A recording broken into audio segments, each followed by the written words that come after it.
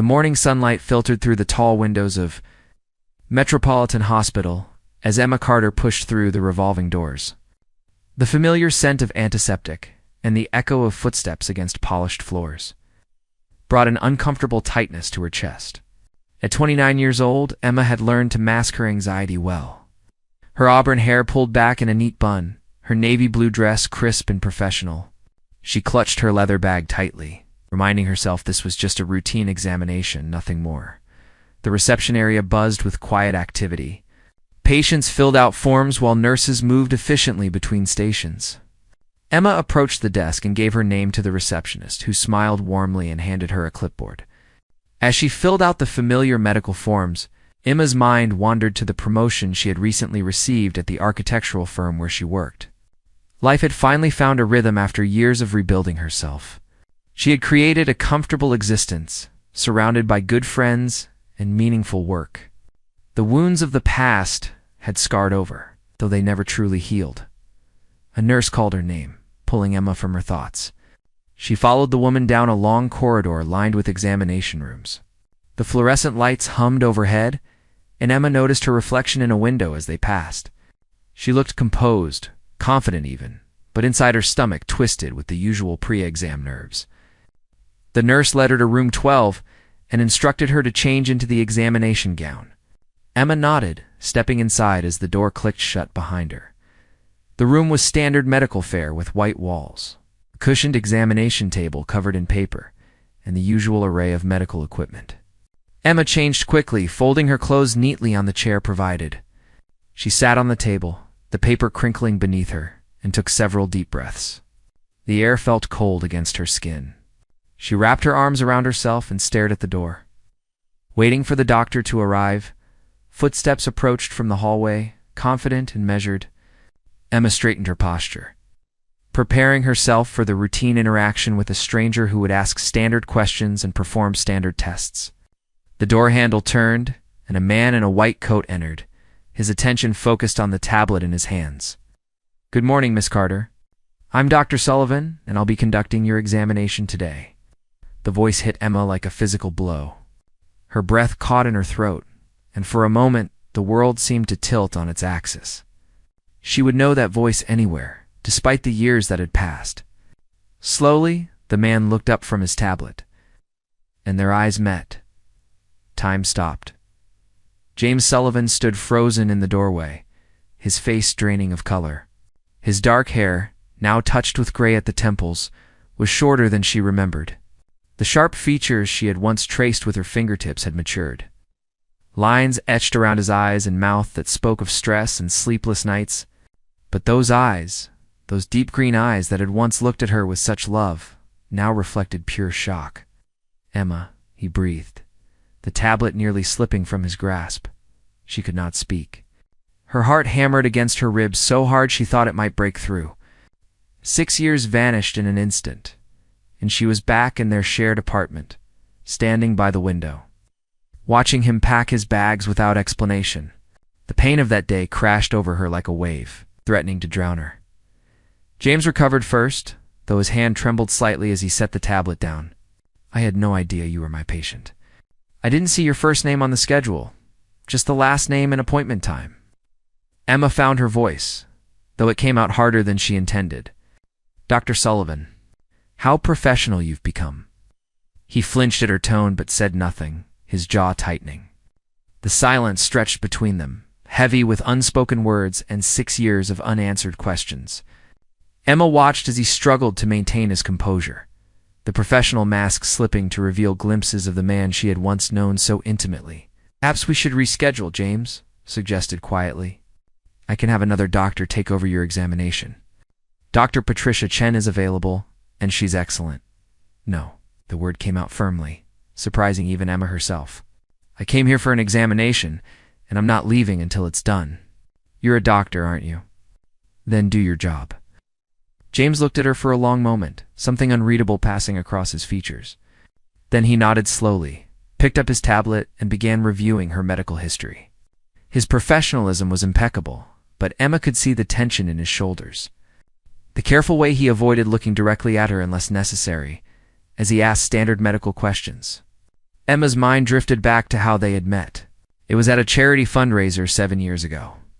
She had been a young architect presenting her first major project, and he was finishing his medical residency. They had collided near the buffet table, literally, sending champagne glasses tumbling. The embarrassment had melted into laughter, then conversation, then coffee that lasted until sunrise. Within 3 months, they were inseparable.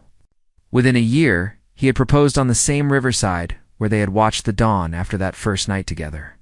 Emma. James's voice pulled her back to the present. I need to check your blood pressure. She extended her arm mechanically, watching as he wrapped the cuff around her bicep. His fingers brushed her skin, and the contact sent electricity through her body. She saw his hand hesitate for just a fraction of a second, and she knew he had felt it too. The machine beeped, displaying numbers that James frowned at. Your blood pressure is elevated, he noted, his voice carefully neutral. Are you feeling anxious? What do you think? Emma replied, unable to keep the edge from her voice. James met her eyes then, really met them, and she saw pain reflected there that matched her own. Emma, I know this is incredibly awkward. If you want to stop, we can stop. I told you to continue, she said firmly, though her voice wavered slightly. I'm fine. But she was not fine. Her heart raced not from fear of the examination, but from the proximity of the man who had shattered her world. James had been her everything. They had planned a life together, chosen paint colors for their future home, discussed names for children they hoped to have. Then one day, he simply left. No real explanation, just a hastily scribbled note saying he had made a mistake. That they were not right for each other, that he was sorry. She had called him dozens of times, sent countless messages, but he never responded. He had vanished from her life as completely as if he had never existed. As James continued the examination, Emma studied his face. The years had changed him. The boyish enthusiasm she remembered had been replaced by something more guarded. There were shadows under his eyes that suggested too many sleepless nights. His hands, though steady and professional, bore the marks of long hours and hard work. This was not the same man who had left her, yet somehow he was still James. Still the person she had loved more than she thought possible. All the preliminary tests look good, James said finally, stepping back and removing his gloves. I'll need to order some blood work, but everything seems normal. You should receive the results within a week. Emma slid off the examination table, pulling her gown tighter around herself. Thank you, Dr. Sullivan. The formality of her words seemed to wound him. He opened his mouth as if to say something, then closed it again. For a moment, they simply looked at each other across the small examination room. Two people who had once known each other's souls, now strangers separated by time and hurt. I know I have no right to ask this, but could we talk? Not here, not now, but somewhere private. Please. I owe you an explanation. Emma's first instinct was to refuse, to walk out, and never look back. But something in his expression stopped her. Behind the professional facade, she saw genuine remorse, a deep sadness that resonated with her own. Against her better judgment, she found herself nodding. The coffee shop on Riverside Avenue. Tomorrow at 7 in the evening? You get 30 minutes, James. That's all. Relief flooded his features. Thank you. I'll be there. Emma gathered her things and changed quickly, desperate to escape the confines of the small room. As she walked past him toward the door, James reached out, his hand hovering near her arm but not quite touching. Emma, for what it's worth, I'm sorry. For everything. She did not respond, could not respond without breaking down completely. Instead, she walked out of the examination room and did not look back, even though every fiber of her being wanted to turn around, wanted to demand answers right then and there. But she kept walking through the corridors. Past the reception desk, out into the bright sunlight that seemed tearful for the turmoil raging inside her. Only when she reached her car did. Emma allowed herself to feel the full weight of what had just happened. She gripped the steering wheel, her hands shaking as tears finally spilled down her cheeks. James was back in her life, even if only for a moment, and every carefully constructed wall she had built around her heart threatened to crumble. Tomorrow, she would hear his explanation. Tomorrow, She might finally understand why the man she loved had abandoned her without a word. But today, she simply cried for all the years lost, for the pain that never fully faded, and for the traitorous part of her heart that still beat faster at the sight of him. Emma barely slept that night. She tossed and turned, her mind replaying the encounter at the hospital over and over like a film stuck on repeat. Every time she closed her eyes, she saw James standing in that doorway, shock written across his face. She remembered the way his hands had trembled slightly when he took her blood pressure, the careful distance he maintained, as if afraid that getting too close might shatter them both. By the time dawn broke through her bedroom curtains, Emma had made and unmade her decision to meet him at least a dozen times. She spent the day at work unable to concentrate. Her colleague and best friend Rachel Torres noticed immediately. Over lunch in the office cafeteria, Rachel leaned across the table with concern etched on her face. "You look like you've seen a ghost." "What happened?" Emma stirred her soup mechanically, watching the vegetables swirl in circles. "You remember James?" Rachel's eyes widened. "Your ex? The one who disappeared 6 years ago. What about him?" "He was my doctor yesterday." At the hospital, a spoon clattered from Rachel's hand onto her tray. "You're kidding." "Please tell me you're kidding." Emma shook her head, finally meeting her friend's eyes. "I wish I was. And I agreed to meet him tonight. He wants to explain why he left." Rachel reached across the table and gripped Emma's hand firmly. "Are you sure that's a good idea?" "Emma, it took you years to get over him. Years. Do you really want to open that wound again?" "I never got over him," Emma admitted quietly. "I just learned to live with the pain. Maybe hearing his explanation will finally give me closure. Or maybe it will destroy you all over again," Rachel said gently. "Just promise me you'll be careful. Guard your heart, okay?" Emma nodded, though she wondered if it was already too late for that. Her heart had never truly belonged to her after James left. She had dated other men over the years, nice men who treated her well. But none of them could reach the place James still occupied deep. Inside her chest, the afternoon crawled by with excruciating slowness. Emma changed her outfit 3 times before settling on a simple green dress that she told herself she had not chosen because it matched James's eyes. She arrived at the Riverside Coffee House 10 minutes early, her stomach in knots. The cafe held so many memories.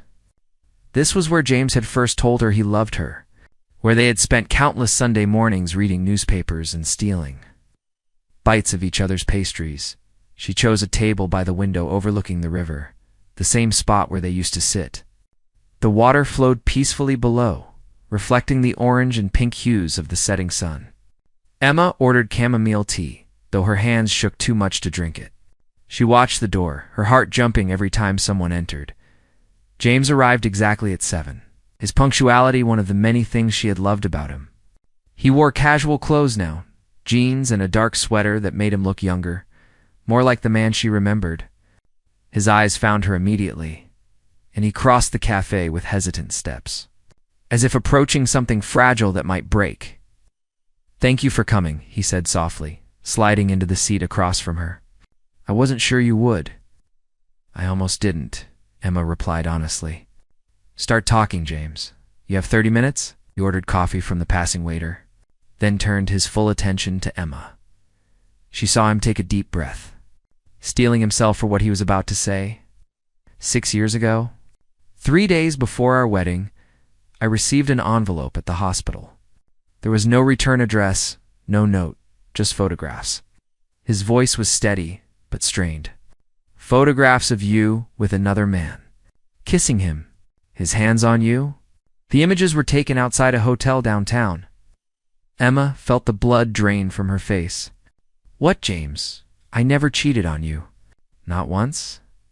Not ever." "I know that now," he said quickly, anguish filling his expression. "But at the time, I was devastated. The photos looked so real, so damning. You were wearing the blue dress I had bought you for your birthday. The man had his arms around you, and you were smiling. I didn't know what to think, what to believe." Emma's mind raced, trying to remember. Then it hit her like a thunderbolt. "My cousin? Oh my God, my cousin Daniel came to visit that week. He surprised me downtown after work, and we went to dinner at the hotel restaurant. James, he's my cousin. We took a photo together outside because he wanted to show his wife the building's architecture. James closed his eyes, his face contorting with pain. I know. I found out the truth 2 months ago, but by then, 6 years had passed. 6 years of believing a lie. How did you find out? Emma demanded, her voice rising slightly. Several patrons glanced their way, but she did not care. And why did you wait 2 months to tell me? James ran his hands through his hair, a gesture Emma recognized from when he was deeply distressed. Do you remember Diana Morrison? She worked at the hospital with me during my residency. Emma remembered her vaguely, a petite woman with sharp features who had always seemed overly friendly with James. The nurse who was always hanging around you. She wasn't just a nurse. She had feelings for me, feelings I never reciprocated because I was completely in love with you. James's voice broke slightly. 2 months ago, she showed up at my office drunk. She was going through a divorce, her life falling apart, and she wanted to confess. She told me everything. How she had been obsessed with me for years. How she hired someone to Photoshop those images of you and your cousin to make them look romantic.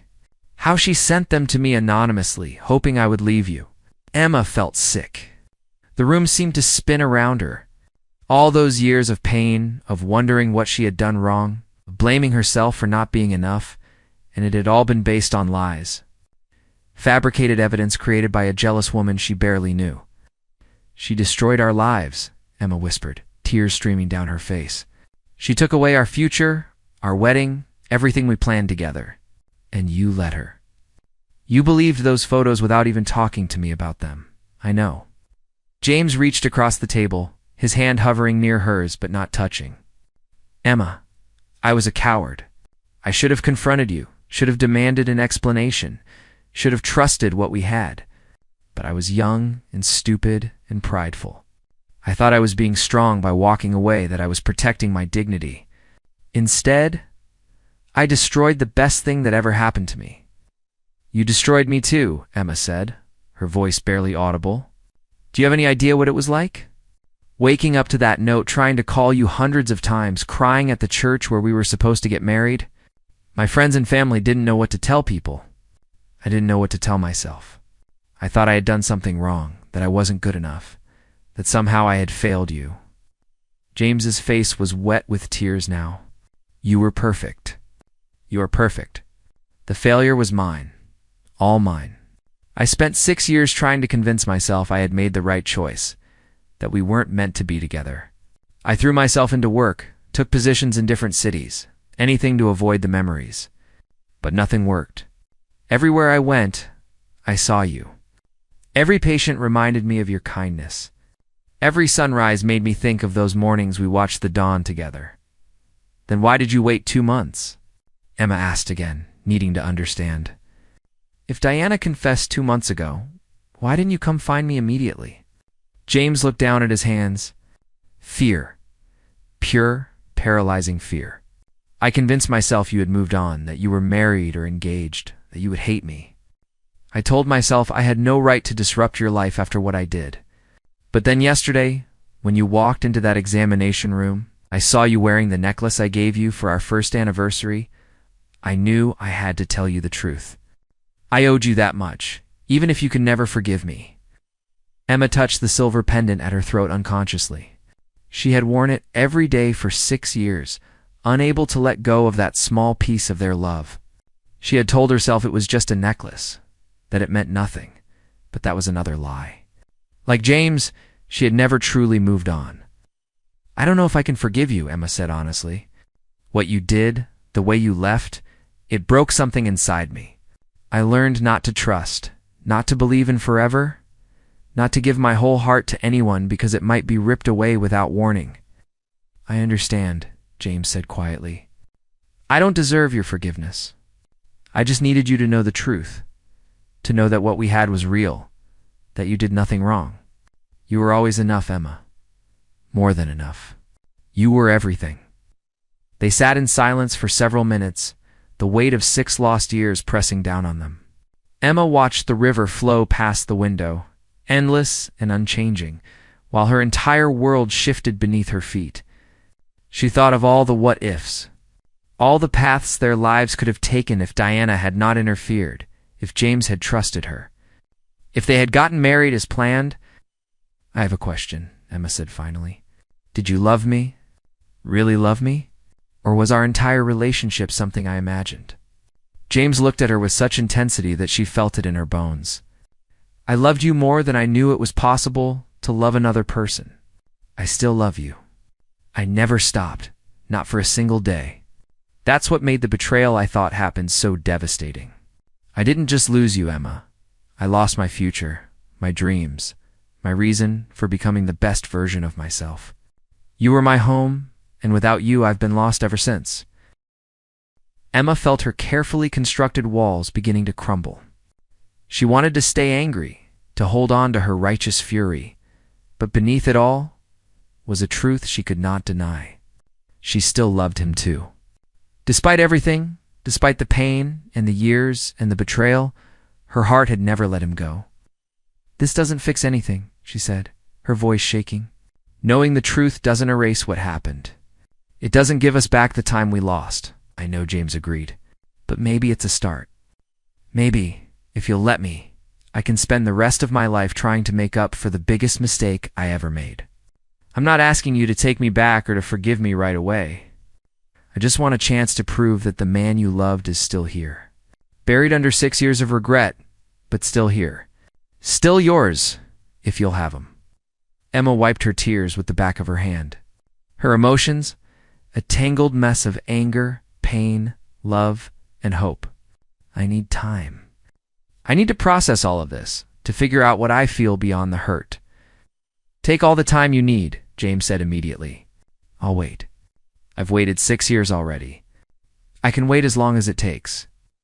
Thunder rumbled in the distance, and the first drops of rain began to fall against the cafe windows. Emma watched the water streak down the glass, distorting the view of the river beyond. Everything felt uncertain, precarious, like standing at the edge of a cliff not knowing if stepping forward would lead to solid ground or empty air. But as she looked at James, really looked at him, she saw something she had not allowed herself to see yesterday at the hospital. She saw genuine remorse, deep love, and a man who had been just as broken by their separation as she had been. He had made a terrible mistake, but he was human, flawed and hurt, and trying to make amends. "One step at a time," Emma said softly. "We can try talking again. See where it goes. But I'm not making any promises, James. You hurt me too deeply for this to be easy." Hope flickered across his face like sunrise breaking through storm clouds. "One step at a time," he repeated. "That's all I ask." "Thank you, Emma. Thank you for giving me this chance."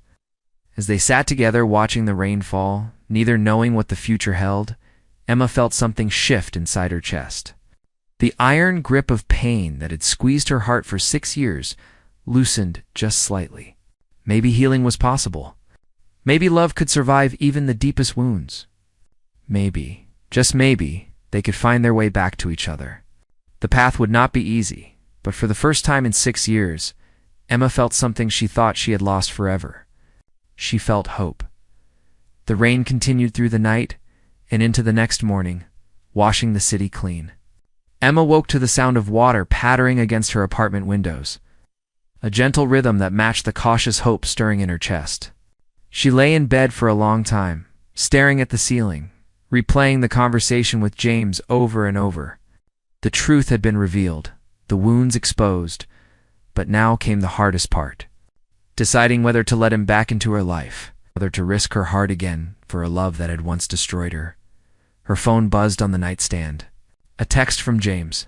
"Good morning. I hope you slept well. No pressure, but I'd love to see you again when you're ready. Take your time." Emma read the message 3 times before setting the phone down without responding. She needed to think, to sort through the tangled mess of emotions that had kept her awake most of the night. Part of her wanted to run straight back to him, to reclaim the life they had lost. But another part, the part that had spent 6 years rebuilding herself from the ruins he left behind, whispered warnings about trusting too quickly.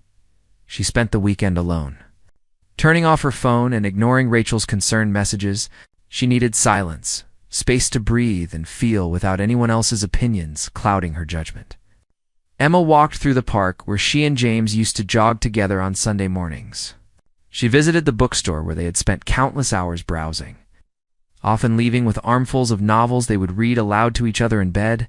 Every corner of the city held memories, and for the first time in years, Emma let herself remember without pushing the thoughts away. By Monday morning, she had made a decision. She texted James a single sentence. "Coffee tomorrow afternoon?" "Same place. 3 o'clock. His response came within seconds. "I'll be there. Thank you." Emma arrived early again, unable to help herself. She ordered tea and chose a different table this time. It's not by the window, but in a quieter corner where they could talk without being overheard. When James walked in, he spotted her immediately, and the smile that lit up his face made her heart skip a beat. He looked lighter somehow, as if confessing the truth had lifted a weight from his shoulders. "Hi," he said, sliding into the seat across from her. His hair was slightly damp from the drizzle outside, and he wore a gray sweater that Emma recognized from years ago. He had kept it all this time? "Hi," she replied, surprised by how nervous she felt. This was James, the man she had once known better than herself, yet now he felt like a stranger she was meeting for the first time. They talked for hours that afternoon. Not about the past, not about Diana, or the photos, or the pain. Instead, they talked about who they had become in the years apart. James told her about his work at Metropolitan Hospital, about the patients whose lives he had saved, about the nights he worked himself to exhaustion to avoid going home to an empty apartment. Emma shared stories about her career, about the buildings she had helped design, about the promotion that had finally made her feel like she was moving forward instead of just surviving. "I'm proud of you," James said softly when she finished describing her latest project. "You always had such incredible talent. I'm glad you didn't let what happened stop you from achieving your dreams." "I almost did," Emma admitted. "For the first year after you left, I could barely function. I would show up to work and stare at blank pages for hours. Rachel practically dragged me through that time. She made sure I ate, made sure I got out of bed, made sure I didn't completely fall apart." "I'm grateful to her," James said, "for being there when I wasn't, for taking care of you when I should have been the one doing it." Emma stirred her tea, watching the liquid swirl. "Can I ask you something? During those 6 years, did you ever think about reaching out? Did you ever doubt what you saw in those photos?" James was quiet for a moment, his expression pained. "Every day, especially in the beginning. I would pick up my phone 100 times, your number already dialed, but I could never hit the call button. I told myself I was being strong, that reaching out would only hurt us both more. But the truth is, I was a coward. I was terrified that you would confirm the photos were real, that you had actually chosen someone else over me. It was easier to live with the question than risk knowing the answer.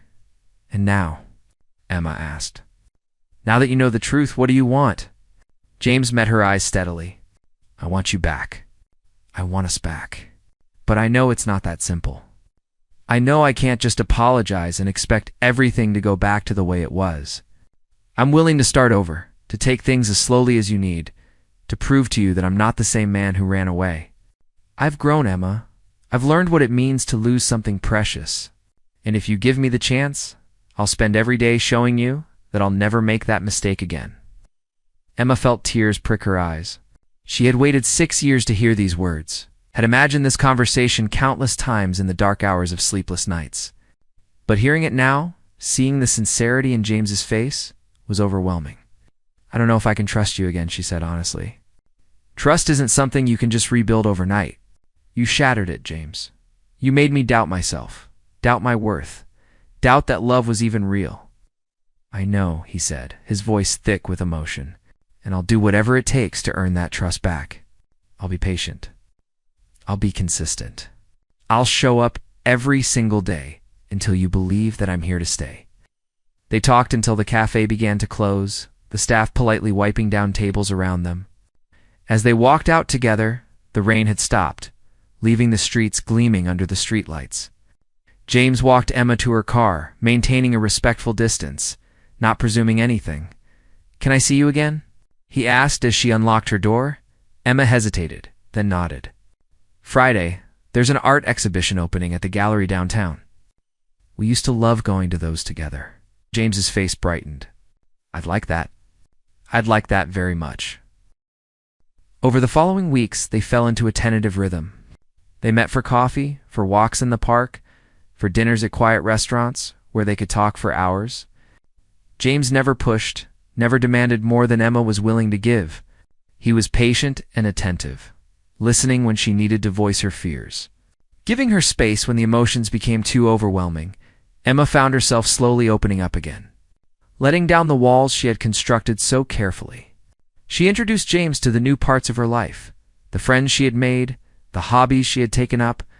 He fit in seamlessly, charming Rachel despite her initial skepticism, laughing at Emma's terrible attempts at pottery, supporting her presentation at a major architectural conference.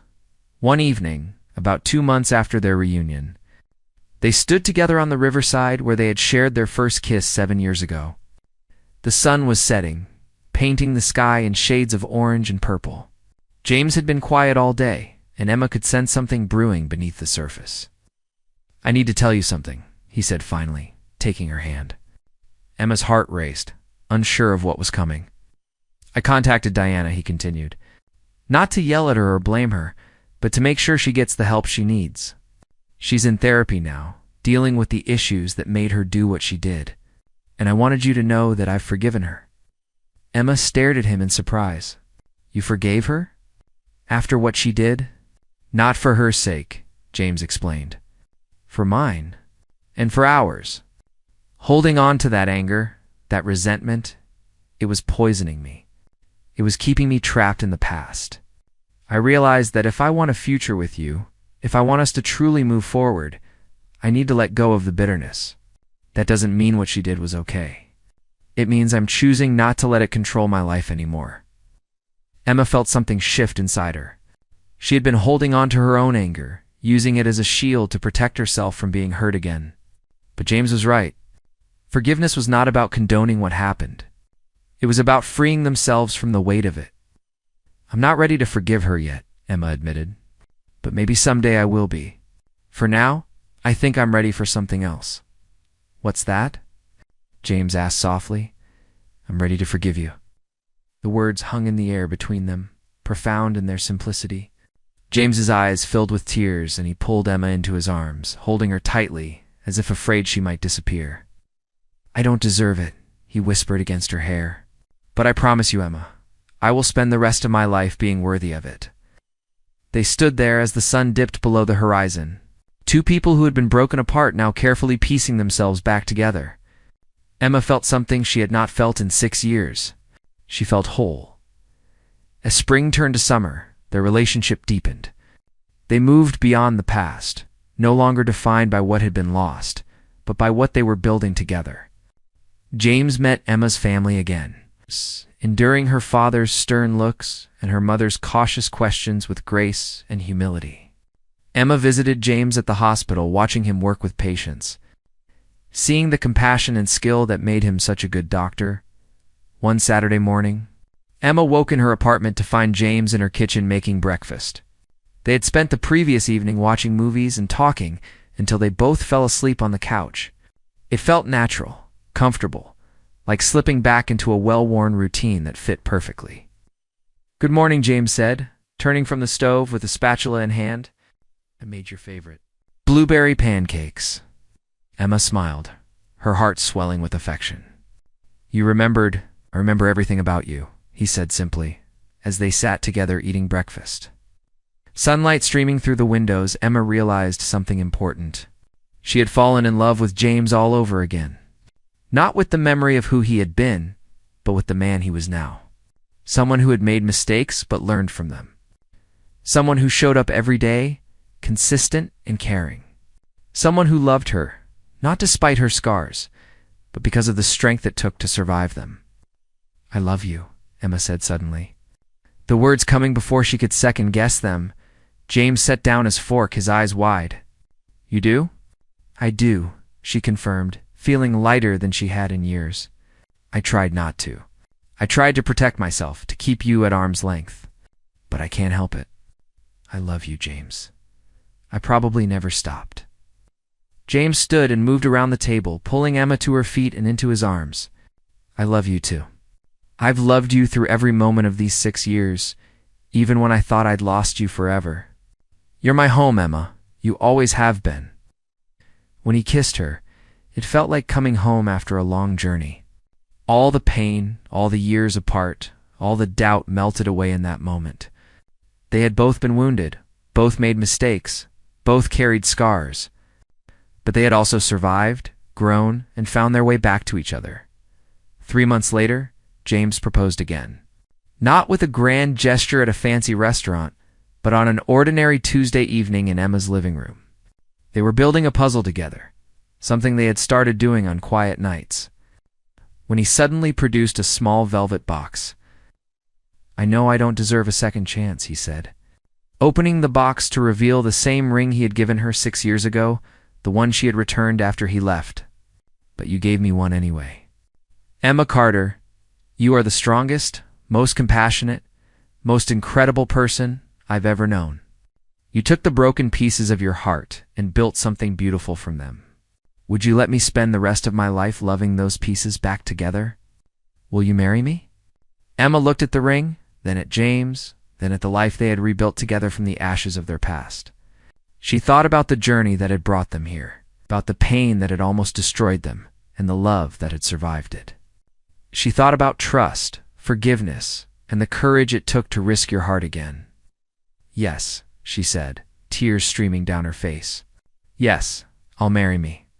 James slipped the ring onto her finger, and they held each other as the city lights twinkled outside the window. They had lost 6 years of time they could never get back. But they had the rest of their lives ahead of them, and this time, they would not waste a single moment. The wedding took place the following spring at the same church, where they had planned to marry 7 years earlier. Emma wore a simple white dress, her auburn hair flowing loose over her shoulders. Rachel stood beside her as maid of honor, tears of joy streaming down her face. James waited at the altar, his eyes never leaving Emma as she walked down the aisle. When the minister asked if anyone objected, there was only silence. When James said his vows, his voice was strong and sure, promising to love Emma in sickness and health, in joy and sorrow, in certainty and doubt. When Emma said hers, she promised to trust, to forgive, to build a future together based not on who they had been, but on who they had become, as they kissed at the altar. Sealing their commitment, Emma felt a profound sense of peace. Their story was not perfect. It was messy and complicated, filled with mistakes and misunderstandings. But it was theirs, and it was real. They had been torn apart and found their way back together, stronger for having survived the separation at the reception. As they danced to their song playing softly in the background, James whispered in Emma's ear, "Thank you for giving us a second chance. I promise I'll never take it for granted." Emma smiled up at him, her heart full. "We gave each other a second chance. That's what love does. It endures even when everything else falls apart." As the night wore on, surrounded by friends and family, Emma reflected on the journey that had brought them here. She thought about the woman she had been 6 years ago, heartbroken and lost, and the woman she had become, stronger and wiser. She thought about how easy it would have been to turn away when James reappeared, to protect herself from potential pain. But she had chosen courage over fear, love over bitterness, hope over despair. Life, Emma realized, was not about avoiding pain or protecting yourself from hurt. It was about finding the strength to love again after being broken, to trust again after being betrayed, to hope again after losing everything. It was about second chances and new beginnings, about forgiving others and yourself, about understanding that perfection was not the goal, but growth was. Years later, Emma and James would sit on their porch watching the sunset, their children playing in the yard, and they would remember this time. They would remember the pain and the healing, the mistakes and the forgiveness, the loss and the reunion. And they would be grateful, not for the suffering itself, but for what it taught them about love, resilience, and the incredible strength of the human heart. Their story was not a fairy tale. It was better. It was real, messy, imperfect, and absolutely beautiful. It was a testament to the power of second chances and the enduring nature of true love. And as Emma looked at James, seeing the gray in his hair and the laugh lines around his eyes, she knew with absolute certainty that every moment of pain had been worth it to arrive at this place of profound joy and peace. Love, she had learned, was not about never falling down. It was about choosing to get back up, together, every single time.